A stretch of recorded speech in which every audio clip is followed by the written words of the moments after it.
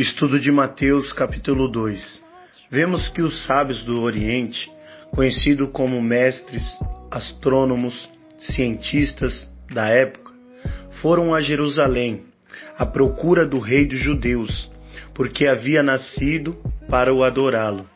Porém Herodes, ouvindo isso, ficou irado e perturbado juntamente com toda Jerusalém. O rei Herodes, no versículo 4, manda chamar os principais sacerdotes e escribas, e eles lhe deram a profecia de Miqueias, capítulo 5, versículo 2, que cita Belém claramente como lugar do nascimento do Messias.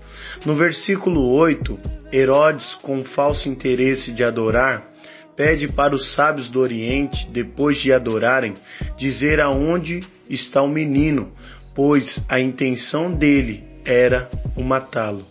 Sendo os sábios do Oriente, guiados pela estrela, encontraram o menino com Maria e lhe ofereceram presentes, ouro, incenso e mirra, reconhecendo Jesus como o Rei dos Judeus e Filho de Deus.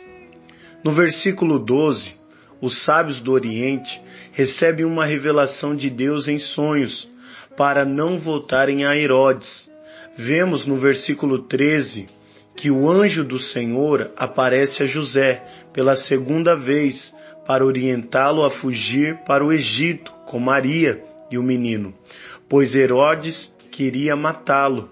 Vendo, porém, Herodes, no versículo 16, que havia sido enganado pelos magos, deu ordem para que matassem todos os meninos que havia em Belém, de 2 anos para baixo. E mais uma vez, Mateus, citando uma profecia de Jeremias 31, versículo 15, no versículo 17 e 18, depois da morte de Herodes, o anjo novamente se revela a José em sonho e orienta a sair do Egito e ir para a terra de Israel. Ao chegar lá, diz o versículo 23 que habitou numa cidade chamada Nazaré.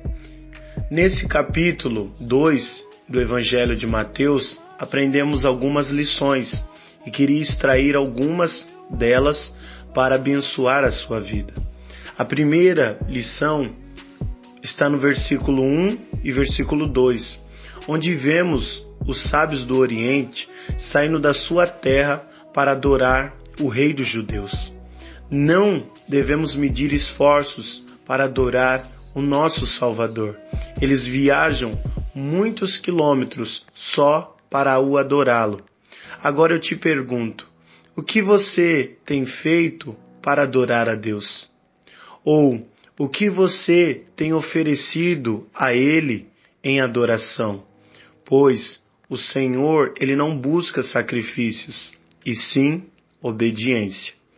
A segunda lição vemos no versículo 13 e o versículo 19, que mesmo José, passando por uma situação difícil com a sua família, ele não ficou questionando a Deus porque aquilo estava acontecendo ou porque Deus tinha permitido aquilo.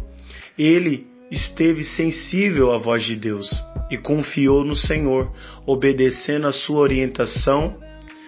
Mesmo que às vezes você não entenda por que as coisas estão acontecendo na sua vida, não questione e nem murmure, mas coloque sua confiança no Senhor. E Jesus é poderoso para transformar todo o mal que está lhe acontecendo em bem. A última lição que tiramos desse capítulo é muito importante.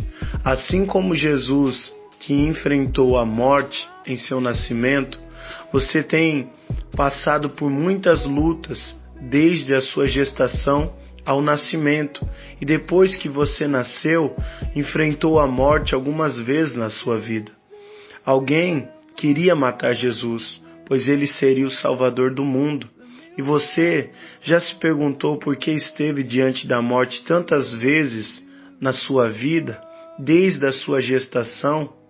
E você continua vivo, você continua viva, Isso mostra que Deus tem um propósito muito grande para cumprir na sua vida, assim como Ele realizou na vida do Filho amado, Jesus Cristo.